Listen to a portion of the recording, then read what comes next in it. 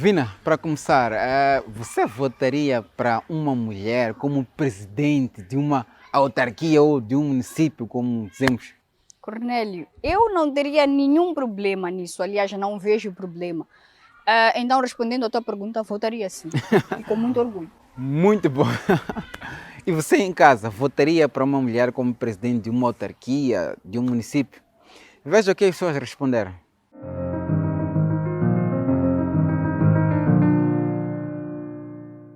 Amélia, votarias numa mulher para presidente do município? Sim, votaria com muito orgulho. Claro que sim. Sim. Sim, votaria. Claro que sim, votaria. E por quê? Porque não só o homem tem a capacidade de liderar, uma mulher também tem suas capacidades. Eu também sou mulher, então seria muito bom ter uma mulher no comando, né? Porque uma mulher sabe melhor governar a um determinado espaço. Uma mulher é mais serena, entende melhor, não que entenda melhor em termos de estudos, mas ela procura mais entender a parte financeira, econômica da população. Porque a mulher também é capaz de governar o município, assim como o homem pode conseguir governar também o município. Eu não vejo diferença numa mulher. A mulher também é capaz de governar, assim como o homem. Eu acho que as mulheres têm aquela natureza de serem donas de casa. E uma casa é organizada, é muito bem organizada quando está uma mulher, não é? Eu acho que por questões organizacionais, uma mulher poderia gerir bem o município.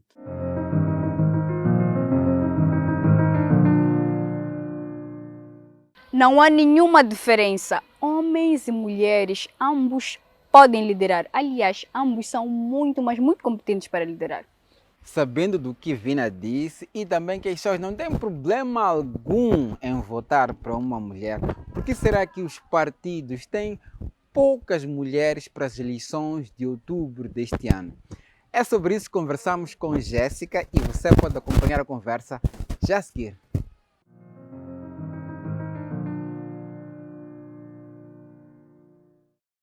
Olá, seja muito bem-vindo ao nosso espaço de conversa. Hoje falamos sobre mulher em cargos de liderança na política e quem vai nos ajudar a entender melhor sobre este tema é Jéssica Macamo. Jéssica, muito bem-vinda ao nosso programa. Muito obrigada, Vivi, pelo convite. Jéssica, existe uma norma social que diz que a mulher ela não serve para liderar, mas esta pergunta vamos deixar lá sobre esta norma social, assim é que é. Será por isso, por causa desta norma social e outras coisas, né, que tendemos a ver que existem poucas mulheres em lugares, em espaços de liderança e na política poucas mulheres como cabeças de lista, por exemplo, nos partidos políticos e por aí vai? Bom, quando nós pensamos em mulher na sociedade de forma geral, nós vemos sempre ela nesse lugar de desvantagem, muito a existir apenas na esfera privada, falo da família, da comunidade, e não na esfera pública e, quiçá, na esfera política. Então, essas lógicas ou essa visão que se tem de que é a mulher e qual é o espaço da mulher vai se reproduzindo em todos os espaços e a lógica vai também se reproduzindo. Nós temos agora esse movimento de mulheres, sim, a exercerem alguns cargos de liderança, mas ainda temos muitos desafios, porque principalmente o espaço político é um espaço extremamente competitivo e agora estamos no período de eleições municipais. Então, a nível interno dos partidos, eles têm de pensar formas mais estratégicas e que reduzam suas incertezas de perder uma eleição ou perder a liderança do município. Então, a mulher, se calhar, não é uma opção estrategicamente viável para esses partidos políticos, porque a nível do eleitorado também pode não ter tanta aceitação. Então, é muito arriscado, se calhar, principalmente para grandes cidades, alguns partidos colocarem lá as mulheres para concorrer a cabeças de lista. É verdade que temos algum movimento a acontecer, acho que a Frelimo tem a cabeça de lista para a cidade da Beira, é uma mulher. Sim, então temos agora a Eunice Andrade, que é Maputo, então acho que é a primeira, não é a primeira mulher, mas que está a ser notável a concorrer como cabeça de lista para o município de Maputo, que é o município com maior disputa política. Então, ao mesmo tempo que os partidos políticos, que as mulheres têm esses desafios a nível de partidos políticos de se autoafirmarem, de estarem em posições de chefia ou em posições de liderança dentro dos seus partidos, é muito difícil também para esses partidos apostarem nas mulheres. Então, podemos, se calhar, fazer uma análise dessas mulheres que são cabeças de listas, o nível de investimento que a infraestrutura do partido deposita para essa mulher, se calhar não seja o mesmo nível de investimento que vai depositar para um homem. Há casos de pesquisa que fizemos, que já participei, em que, por exemplo, na Frelimo há uma tradição de renovação de mandato. Então, pelo menos quando um candidato à cabeça de lista ganha as eleições, dificilmente no mandato seguinte ele vai ser substituído. Mas acho que foi no caso de Mucuba, se não estou em erro, que foi substituída. Então, não se cumpriu com essa tradição. Então, ainda há grandes desafios de mulheres não só acederem aos espaços políticos que em si são extremamente competitivos, então elas já estão nesse lugar de desvantagem, porque não há essa crença de que mulher, essa crença imediata, então as mulheres têm que provar que estão lá ou porque estão lá e que são capazes. Sim, então é difícil elas serem colocadas nesses lugares, principalmente competitivos. Então, se calhar é mais fácil indicar as mulheres para posições de liderança quando é por nomeação, porque os riscos, se calhar, a nível de partidos não é tão grande de perder do que quando é nesse contexto de concorrência ou de competição política. Jéssica, será mesmo que as mulheres não servem para liderar? Não sei quem disse isso, mas servem sim. Temos grandes exemplos de mulheres na liderança, tanto aqui em Moçambique quanto fora de Moçambique. Então, eu acho que esse discurso já vai ficar um pouco em desuso, ou essa crença de que as mulheres não podem tomar lugares de chefia, mas eu acho que também são conquistas paulatinas que vamos tendo. Então, se comparado a anos atrás, provavelmente não poderíamos pensar em uma presidente da Assembleia Geral como mulher, sim, não podemos pensar numa primeira-ministra. Então, acho que já termos tido mulheres nesses lugares já fica visível que é possível, e também acho que é sempre bom ter essa representatividade, porque as outras mulheres também começam a ver que é possível, é um espaço possível de estar, é um espaço que também é para as mulheres, pode ser das mulheres, meio às dificuldades específicas que as mulheres têm em estar nesse espaço, a descredibilidade por elas ocuparem esse espaço e estar sempre, e existir essa necessidade de ter que se justificar o porquê que aquela mulher ocupou aquele espaço, porque não é um espaço naturalmente pensado para ela. Mas eu acho que há alguns avanços a nível de representatividade, mas obviamente que ainda há muita luta por se fazer a nível de acesso aos direitos, porque agora se fala, ok, temos mulheres lá, mas ok, e essas mulheres, qual é a agenda que elas têm? Se também tem uma agenda de levar outras mulheres ou de abrir caminhos para que as outras mulheres possam também ocupar esses espaços. Não que necessariamente elas estejam que estar lá para isso. Elas têm que estar lá porque mulheres fazem parte da sociedade e também têm que participar de forma igual, e não necessariamente que tenham que ter essa agenda. Mas também é interessante, é oportuno que, sabendo da dificuldade que é para as mulheres ocuparem esses espaços, e elas lá não estão, infelizmente, não estão só como pessoas políticas ou com cargos de liderança, mas também estão a ser essa representação de possibilidades. Então, acho que é uma responsabilidade sempre, quando é um grupo de pessoas desprivilegiadas, quando alcança esses espaços de poder, puxar ou abrir, alargar caminhos, porque para estar nesses espaços que não era previsto estar, é porque eu também houve lutas de outras. Então, acho que é sempre estar com muita responsabilidade nesses espaços, e saber da necessidade que tem de abrir mais o caminho. Tem um impacto muito positivo, espelha para toda a sociedade. E é sobre isso, Jéssica, que vou pedir para acompanharmos uma nota de reportagem já e voltamos. Podemos? Podemos. Vamos a isso. Seu nome é Catarina Manhissa. Sou mãe, sim, de 4 filhos, Os filhos são sua principal motivação para lutar todos os dias. Ela é uma das mulheres que mais participa nos encontros da comunidade. A Catarina tem participado de alguns encontros, tem se envolvido aqui na zona. Sim. Sim, diz ela, e justifica com a necessidade de se atualizar sobre questões no bairro. Para ficar atualizada no que acontece no bairro e saber mais de fora. Se for algo mau para tentar se mudar ou se for algo bom para puxarmos para frente. Para frente é a direção que ela quer tomar também quando se fala de participar efetivamente nas reuniões comunitárias. No encontro já, mas tirando ideias ainda não, mas estou a caminho disso. Tirar ideias é uma das formas de participar de forma prática nos processos políticos da comunidade. Mas tal como Catarina, milhões de mulheres não o fazem. O que significa que elas apenas estão lá por mera formalidade.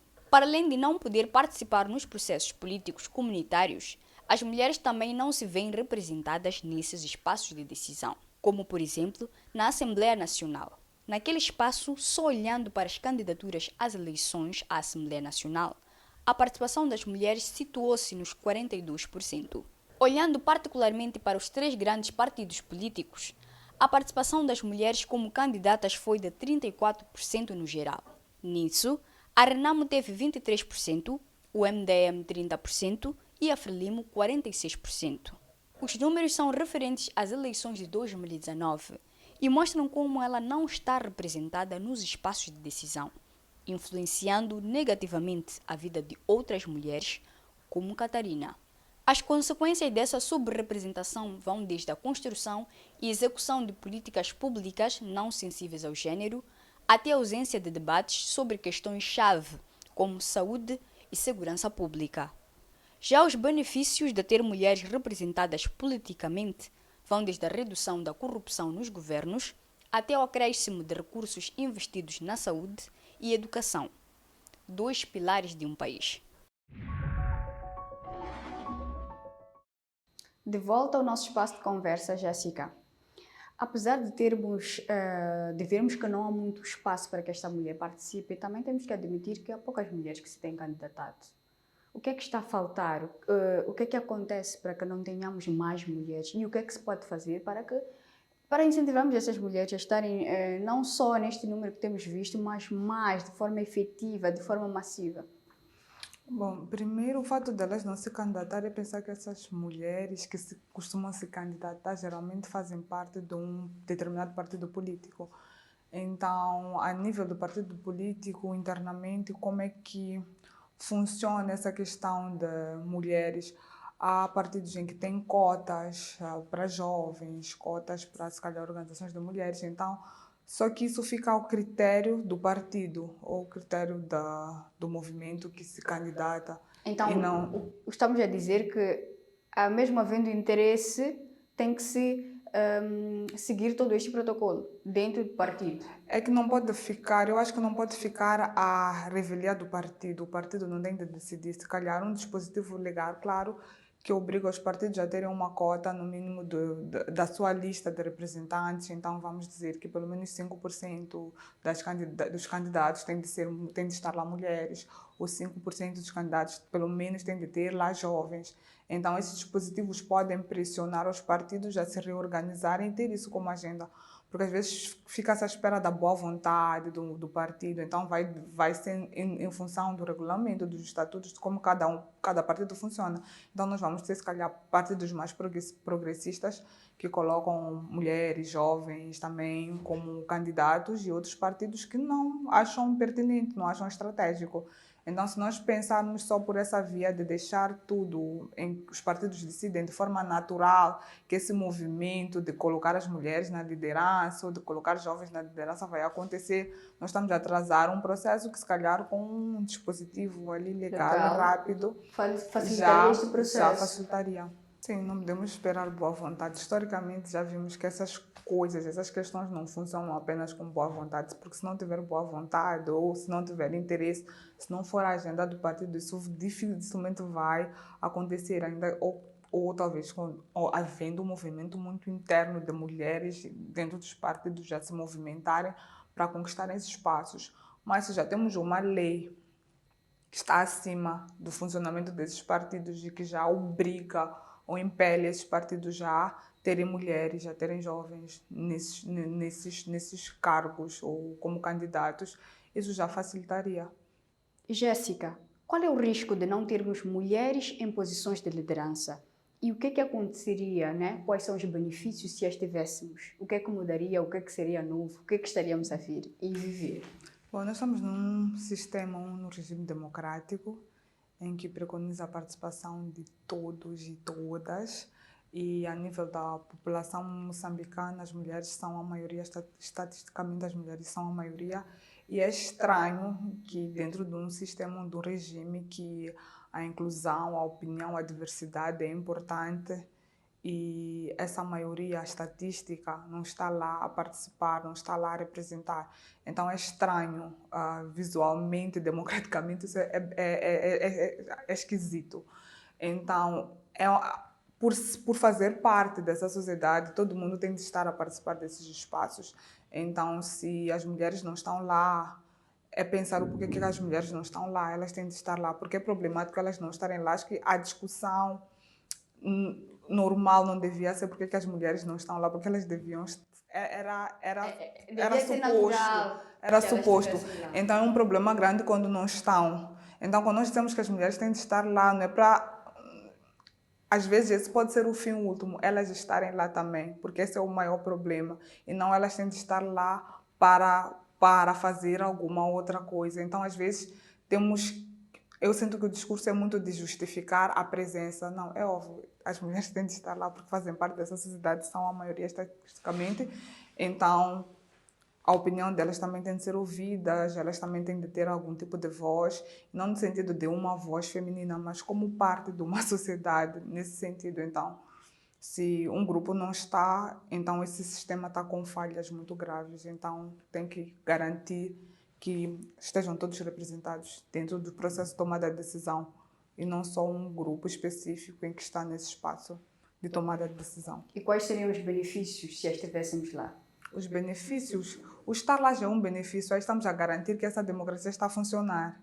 Esse é o maior benefício. Esse é o benefício, mas é ter essa diversidade, é ver, é garantir que todo mundo participe, todo mundo se sinta parte desse Estado, todo mundo se sinta parte, e que as mulheres não se reproduza a lógica de que as mulheres pertencem ao espaço privado, ao espaço doméstico, mas que elas também podem opinar a nível de políticas públicas, elas também podem decidir a nível do curso do país, a nível da legislação, a nível de estratégias de implementação de governação do país. Então elas também fazem parte dessa governação, e que a governação não recai só sobre elas, mas elas também atuam como protagonistas, né? Sim. Jéssica, muito bem explicado, muito obrigada por esta conversa que foi super esclarecedora. Esperamos tê-la em outras oportunidades. Obrigada, Viviane. Vamos ficar para a próxima. Ficamos. É isso mesmo.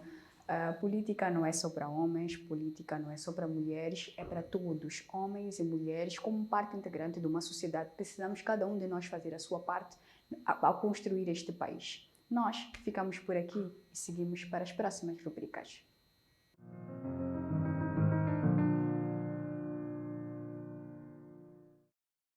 Jéssica Macamo toca em vários aspectos relevantes e podemos destacar dois: o fato de a mulher estar em maior número e o fato dela ter capacidade para tal. É o que a Vina está a explicar, mas sobretudo é importante perceber que as pessoas não têm nenhum problema em votar por uma mulher, e as pessoas também estão confortáveis com este tipo de liderança, que é uma liderança feminina. Bem, vamos fazer uma breve pausa, voltamos já já.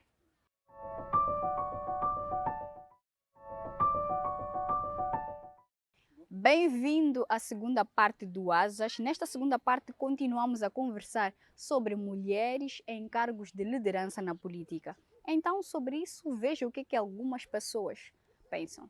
Já a seguir.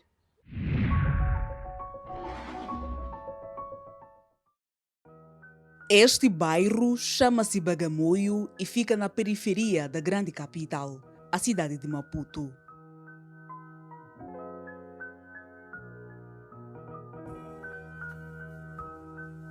É neste bairro, com alguma história, que conversamos com jovens sobre mulheres em cargos de liderança.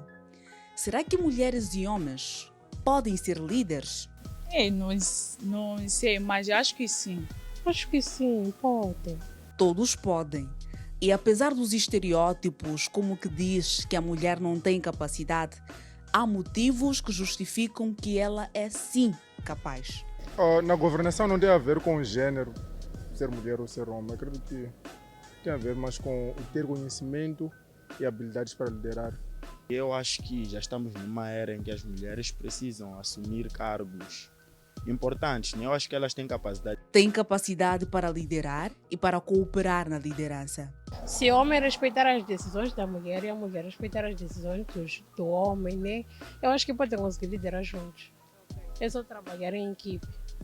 E sem aquilo de querer ver quem é homem, quem é mulher. Apesar da capacidade para liderar, poucas são candidatas a posições de liderança e quando são eleitas, quase sempre são subestimadas. A sociedade tem vários, falo de estereótipos, por exemplo. Então, a mulher, ela carrega uma grande desvantagem porque nós sabemos que ao assumir esse cargo, ela já está numa posição de ser subestimada. Ela tem de provar que ela é capacitada ou que ela pode conseguir dirigir com zelo e responsabilidade. Muitas vezes têm zelo e responsabilidade, assim como a aprovação dos eleitores. Ou seja, as pessoas não têm problemas em votar nelas, mas poucas são escolhidas pelos partidos, por exemplo, para ser cabeça de lista em eleições autárquicas. Eu acho que é porque as mulheres sempre foram colocadas em segundo lugar, né? Sempre são os homens a liderar, então eu acho que é por isso. Acredito mesmo que é pela preferência dos partidos. Eles preferem que os homens liderem em relação às mulheres. Uma preferência que, como percebemos aqui em Bagamoio, tem como bases normas sociais e não nas capacidades para liderar. Então, apostemos também na mulher para cargos de liderança política, desde a base até o topo.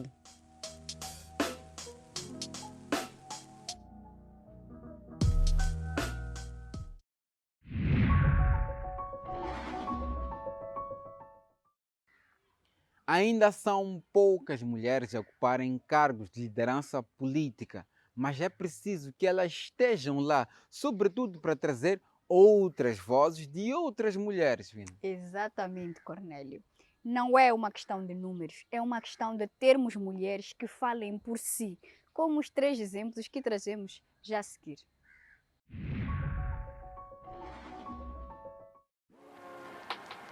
Mulheres em cargos de liderança na política. Apesar das normas sociais levarem à ideia de que as mulheres não têm capacidade para ocupar altos cargos de liderança política, questionando, entre outros, a sua capacidade de liderança, há várias mulheres que provaram que isso é errado e que elas são capazes, sim, de ocupar espaços tidos como masculinos e liderar. Alguns exemplos são Luísa Diogo, Ivone Soares e Judite Macuacua. Formada em Economia, Luísa Diogo dispensa apresentações. Foi ministra do então Ministério das Finanças e também já foi primeira-ministra, por sinal, a primeira a dirigir um governo. Formada em Ciência Política, Ivone Soares também dispensa qualquer tipo de apresentações. Já foi deputada e líder da bancada da Renamo, assim como vice-presidente da Juventude no Parlamento Pan-Africano. Formada pelo Instituto Superior Monitor, Judite Macuacua já foi presidente da Liga da Mulher Nacional e delegada política provincial de Gaza no MDM.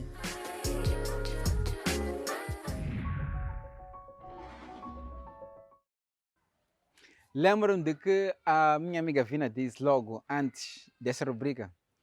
Elas falam por si, elas não são simplesmente números.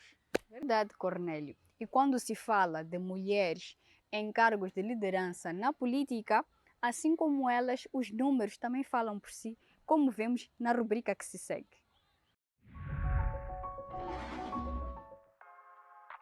Quantas mulheres são cabeça de lista dos principais partidos no país? No total de 195 cabeças de lista apresentados pelos 3 maiores partidos no país, 65 para Frelimo, 65 para Renamo e 65 para o MDM. Apenas 15 são mulheres, o que corresponde a cerca de 8% de mulheres. 6 são da Frelimo, 2 da Renamo e 7 do MDM. Apesar destes números bastante reduzidos, as mulheres são a maioria entre os 8,7 milhões de moçambicanos que vão escolher os 65 novos autarcas em 11 de outubro próximo. Por causa da fraca presença das mulheres em posições-chave, por exemplo, como cabeça de lista, fica mais difícil levar a voz de mais mulheres para contribuir para o desenvolvimento do país.